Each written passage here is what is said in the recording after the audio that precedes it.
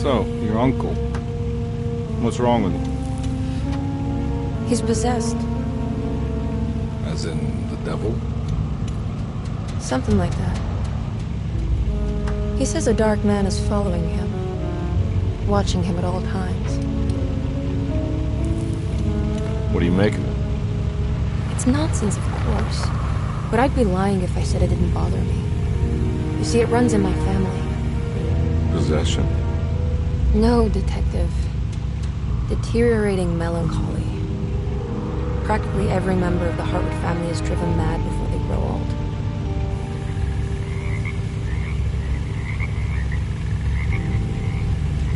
But Jeremy didn't kill himself. Is that why he's at their setup? Despite being convinced that he is truly possessed, he decided to put his last chips on Dr. Gray in his psychoanalysis, figuring he might stumble upon some cure.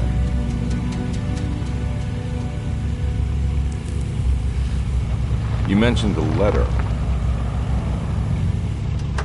I received a disturbing letter from Jeremy accusing the staff and all the other patients of being involved in some cult. And now they are also out to get him. Could it be real? Or is it all just in his head? It's a story he tells himself, Mr. Carnby. Anything to avoid the truth. Which is? That we're all terribly insignificant. That people mean so very little to one another. That there is no one out to get Jeremy Hartwood because he isn't worth getting. Here we are.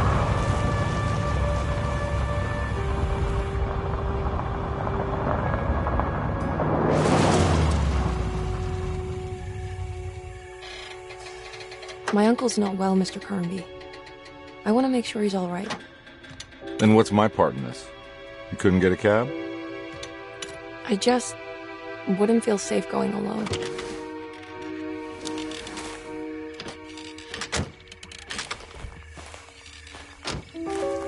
Did you bring a gun? Yeah. You think it'll actually come to that? No.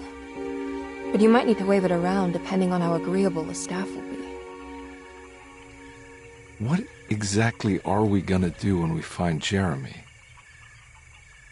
I don't know. Let's just find him first.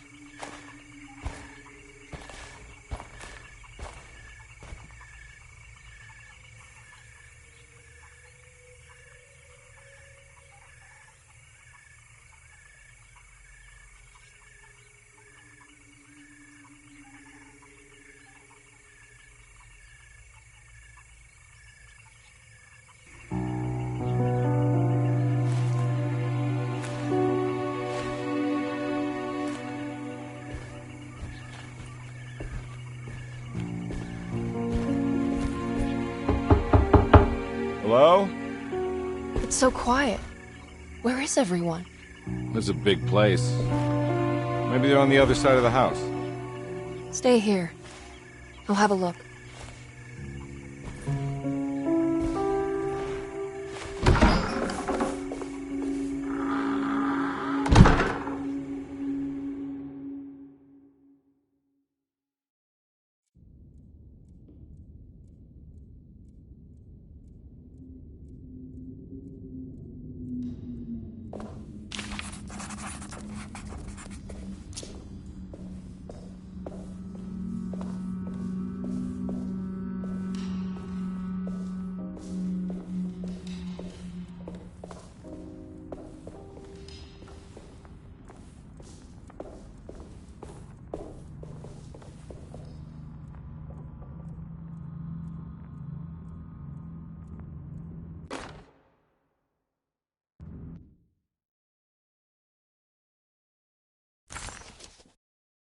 What's this?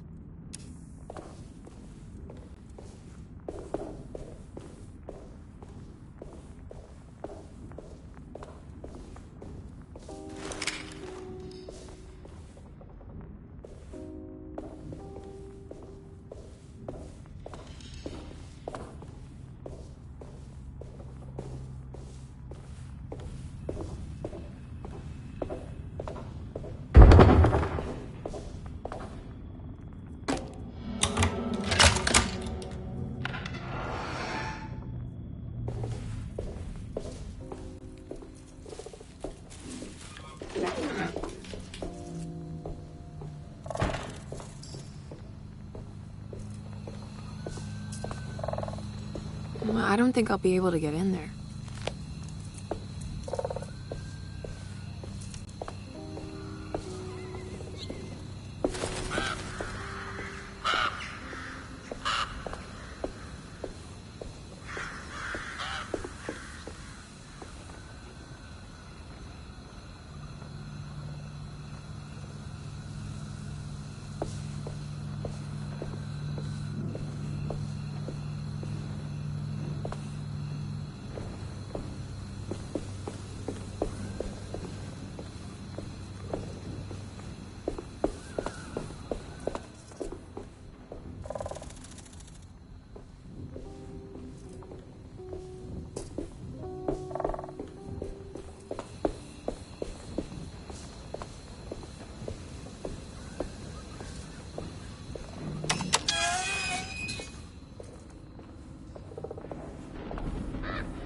This must be older than Derceto.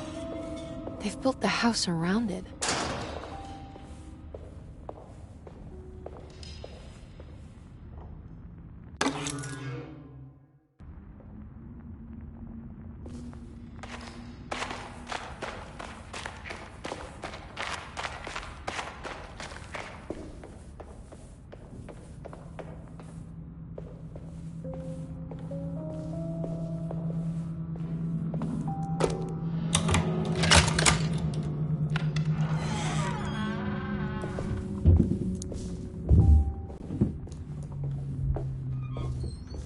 I'll just take this.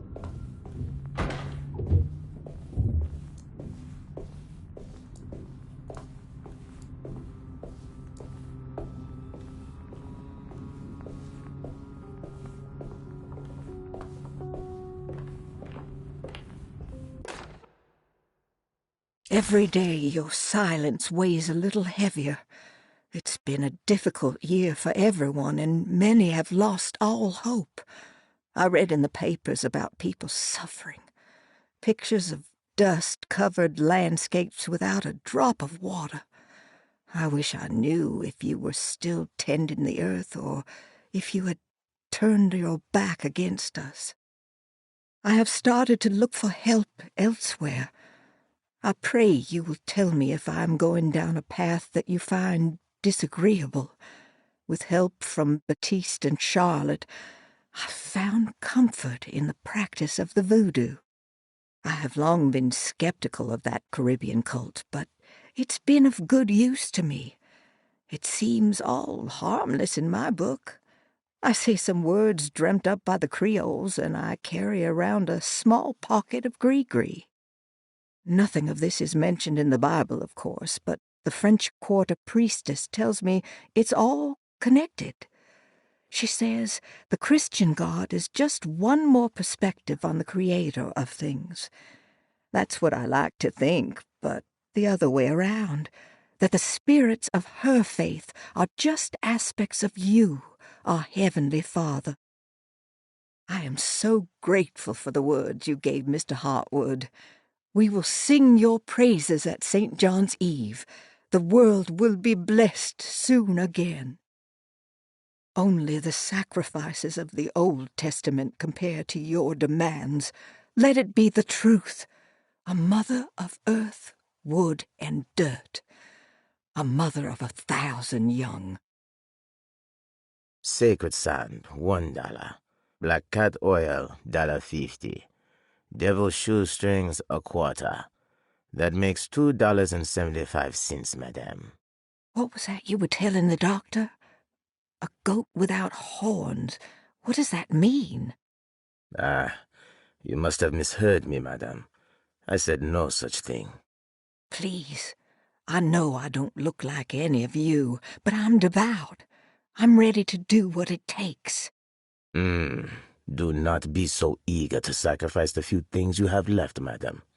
Now please, leave my store. A goat without horns.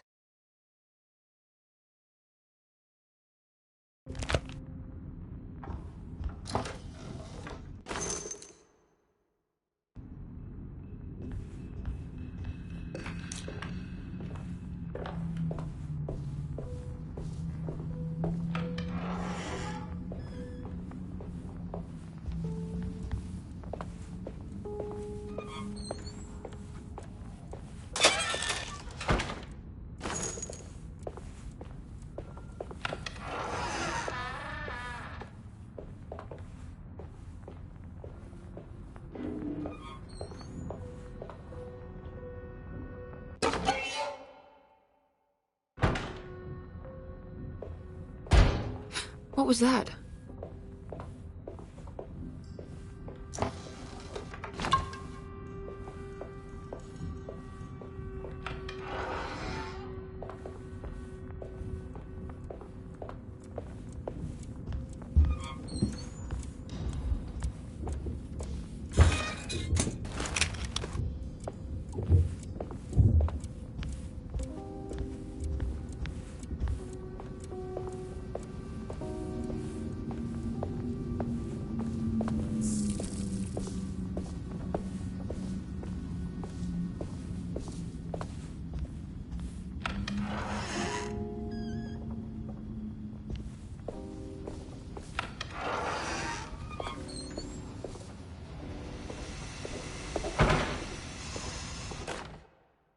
Please do not touch the boiler.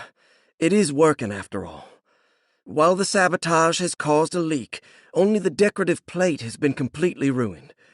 Let's wait for Mr. Chance to turn up and he can take a look at the leak. Mr. Waits.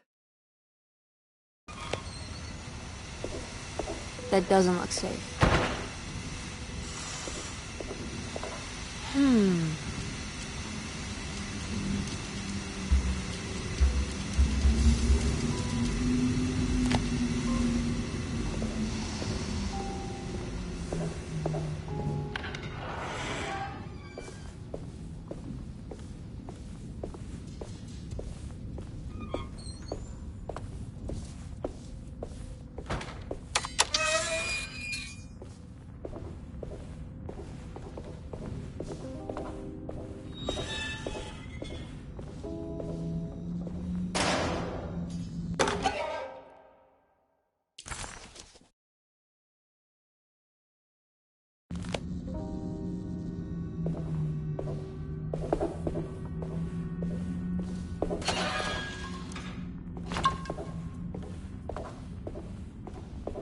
I need the key.